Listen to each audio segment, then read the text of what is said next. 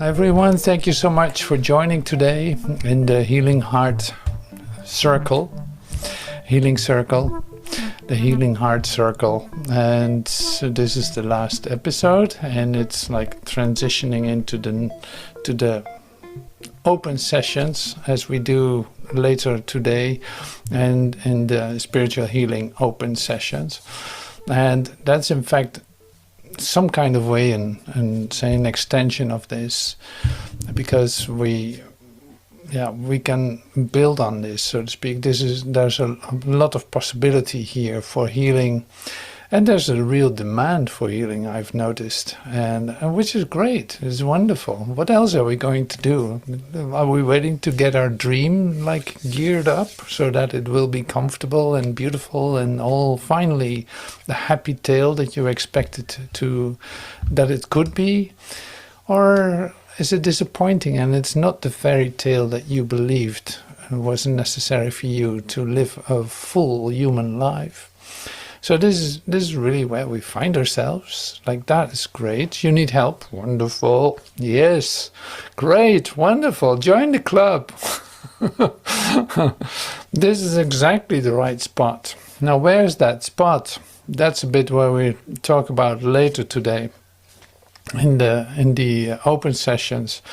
This idea of locating yourself will come up and will be a part of our quantum healing experiment that we're going to do, which is absolutely wonderful. And so today then, in the Healing Heart Circle, I want to continue, in fact, because that's the discovery I made in the preparation.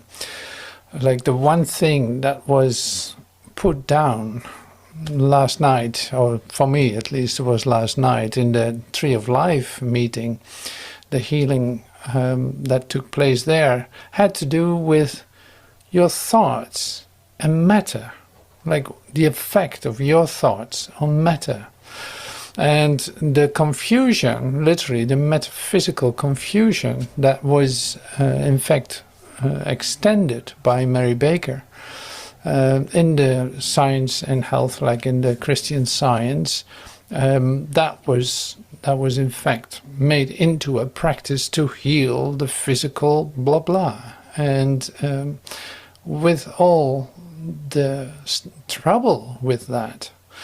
So this we do later on too, but now I'm actually using that too, because tendency, and this was one of the things that we looked at last week too, is like the magical thoughts that you have about thinking that your body can be healed by your thoughts, or body can do this, or body can do that, by the activity of your mind as an healing provision. And that needs to be literally cut down at the root, literally being digged up from the root up, because there's no such thing. So only in the dream of limitation, in which words and thoughts have meaning, which is what your dream was about, everything is magical. Everything is magical. Your relationships, of course, are very magical. But also, suddenly somebody can disappear. Like, somebody seems to be able to die and suddenly disappear out of everything. Well, if that is magic, then what is it? Huh? So this is truly amazing as a belief system, where things just can pop out of existence just like that. Like, one moment it breathes and the next moment it is completely gone, dead. That's an amazing magical belief. It's unbelievable.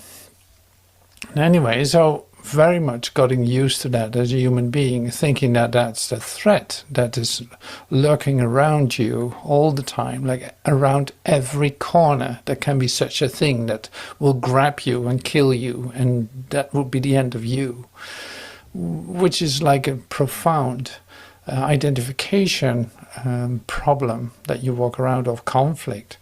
That's an incredible level confusion of the first degree. The level being, you see yourself as a temporary organism on planet Earth, literally going for its survival, and it tries to do that no matter what, like uses all the means for that, up to the point of killing your brother in order to exist yourself. Now this is a very old story. It's the old covenant of an eye for an eye, and like me first and then the rest, that kind of thing. And that's very old, and it's done, and we say, okay, we don't need it any longer. So here's our healing heart circle, which really says a possibility to let this deep-rooted belief be ripped out of your belief system in exchange for something that has no temporalness in it at all. No change is possible in changelessness, which is not static but an absolutely creative origin that has no end. Literally, it doesn't know an idea of temporalness. It doesn't know an idea of end. Now, in this continuous flow of creative expansion is in fact where you are redirected, literally, like you do a course in redirection of your mind, like A Course in Miracles. You do this, you use this book to let your mind be redirected from a temporal idea of yourself to an eternally creating passion flow that is the true essence of you. So this is like, wow, what is this happening in the healing heart circle? That is becoming aware of the actual change that is occurring within you, where your help is needed to release your old ideas, but you don't have to make up new ideas. They will come to you because an eternal, forever expanding flow of creativity will drag you with itself into it, recognizing that you were always a part of it. And that is the occurrence, like that is the actual occurrence taking place. So that's pretty amazing. Like that is, yeah, I have no words for that, really. So that's why we return back. Like there's a redirection going on a continuing basis. Now here's A Course in Miracles. We do the lessons, we do follow the instructions that are given, and it goes like this. Because if you catch a glimpse of this eternally creating flow of love and creation, if you catch a glimpse of that, in your humanhood suddenly being lifted out of it, it will convince you forever that there's an existence of that. Like there is a creative flow within me.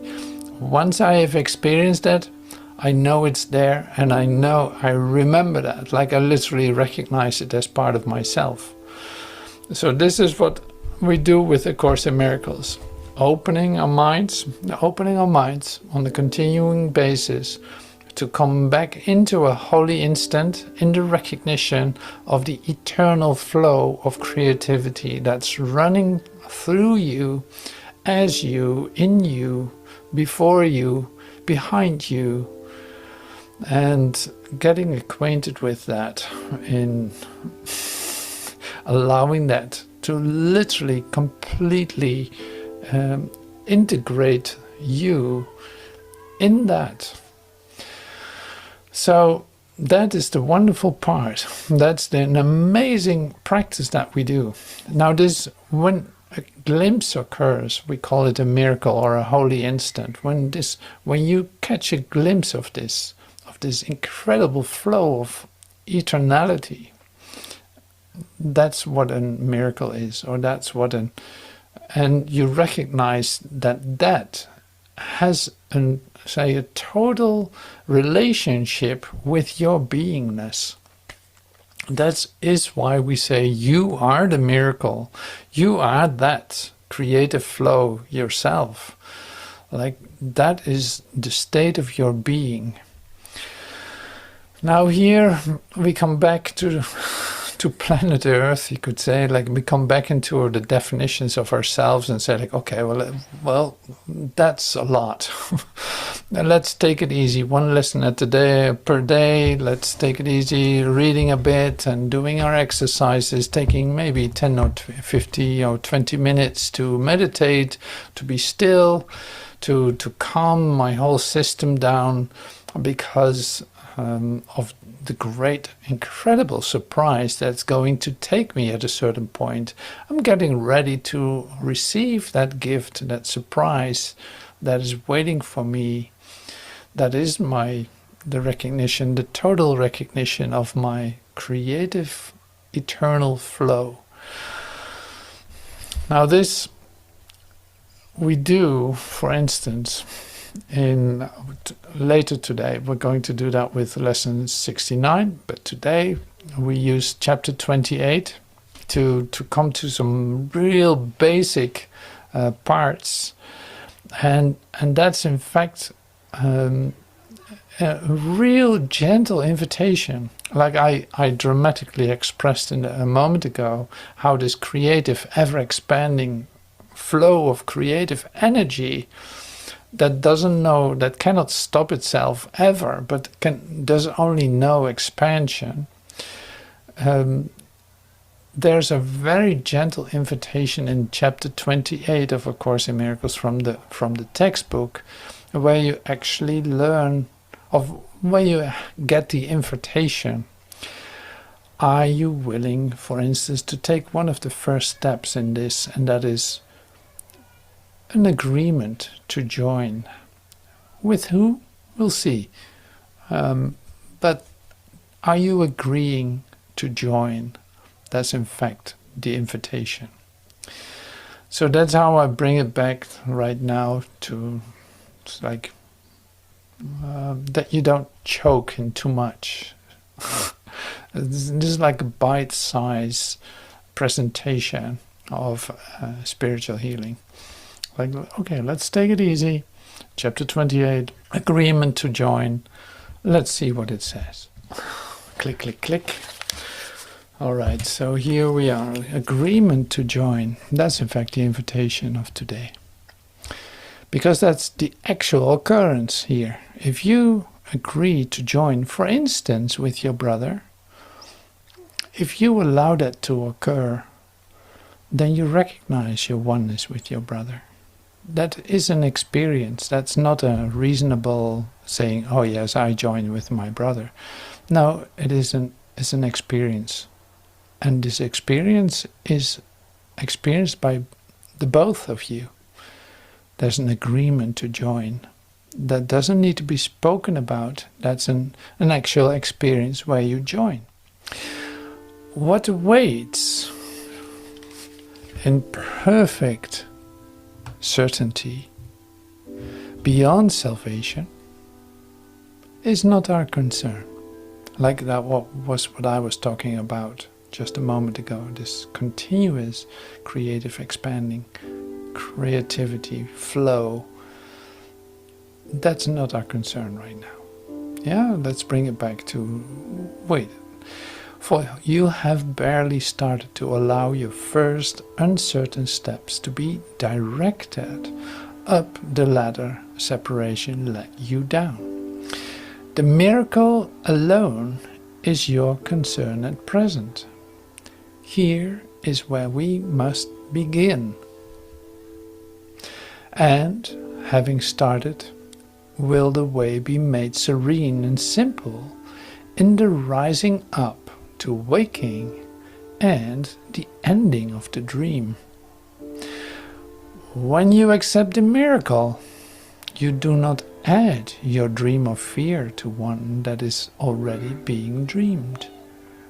You do not add your dream of fear to one that is already being dreamed.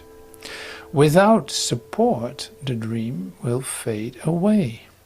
Without effects, without support, the dream will fade away. Without effects, for it is your support that strengthens it. No mind is sick until another mind agrees that they are separate, and thus It is their joint decision to be sick. If you withhold agreement and accept the part you play in making sickness real, the other mind cannot project its guilt without your aid in letting it perceive itself as separate and apart from you. Thus is the body not perceived as sick by both your minds from separate points of view. Uniting with a brother's mind prevents the cause of sickness and perceived effects. Healing is the effect of minds that join, as sickness comes from minds that separate. The miracle does nothing just because the minds are joined and cannot separate. Yet in the dreaming has this been reversed, and separate minds are seen as bodies which are separated and which cannot join. Bodies cannot join, it's impossible. The miracle does nothing just because the minds are joined and cannot separate. Yet in the dreaming this has been reversed, and separate minds are seen as bodies which are separated and which cannot join. Well, that's the short story, you could say, about this. Let me take a look. If you withhold agreement and accept the part you play in making sickness real, the other mind cannot project its guilt without your aid in letting it perceive itself as separate and apart from you. Thus is the body not perceived as sick by both minds from separate points of view. In other words, without support, the dream will fade away without effects. The waking up. Without support, the dream will fade away without support. Now, see, the agreement to join, this is from that chapter.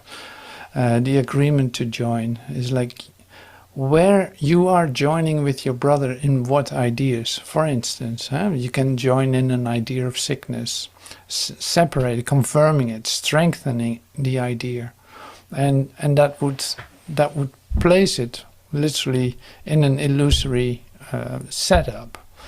Now here I was talking about redirection of your mind. So everything in that sense comes down to that.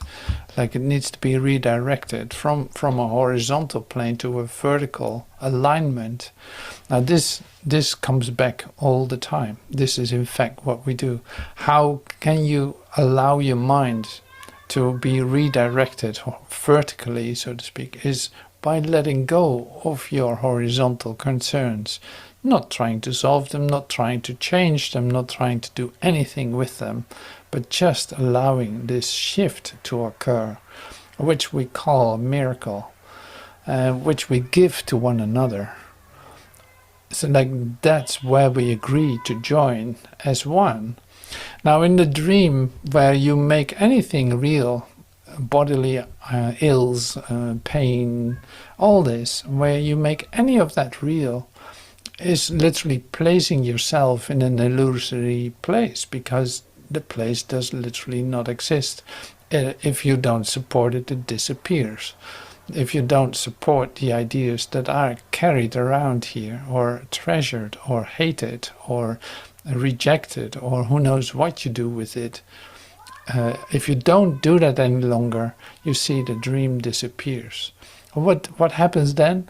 Well, the dream becomes very quiet in that sense. It is literally of no interest to you. So what stays is your holiness, your connectedness, your oneness with your brother. Yeah, so that's where the joy is, because one step away from that brings you immediately into fear, brings you immediately into doubt and uncertainty. Like that is part of the deal that you made. Like a separated state is not your natural inheritance. It will never feel good. It can temporarily look like a perfect image, but it will not be say, giving you the certainty and love and extension that you might hope it will give you. Now, this is, of course, great material to work with in our class, in our healing circle. So the part, when we look at the idea of confirming, in fact, like we have done in Christian Science, like a metaphysical action or practitionership, in which you really are going to try to heal the other from his physical ills, or from his pain, or from his who knows what. What are you doing? You're placing yourself in an unreal place. Can healing take place? Oh, it can definitely look like symptoms are disappearing, sure. So what is the benefit of your cancer being healed if on the next corner your heart attack is standing ready for you? Like, it doesn't make sense. Like, you're still finding yourself in an illusory place and miss out on tapping in to a miraculous state of mind in which you are literally getting in touch with the true essence of your being this infinite creative flow through you. That is the biggest difference, and it's fundamentally different. It is a whole different experience altogether.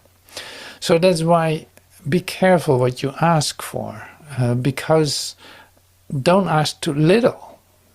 You don't want to get rid of your pain. You don't want to get rid of your ills. You don't want to get rid of that. If that is your only goal, that can be accomplished. But that's not what you truly want. No, the agreement to join with your brother in a state of whole-mindedness where you can extend your joy forever is the least you can ask for.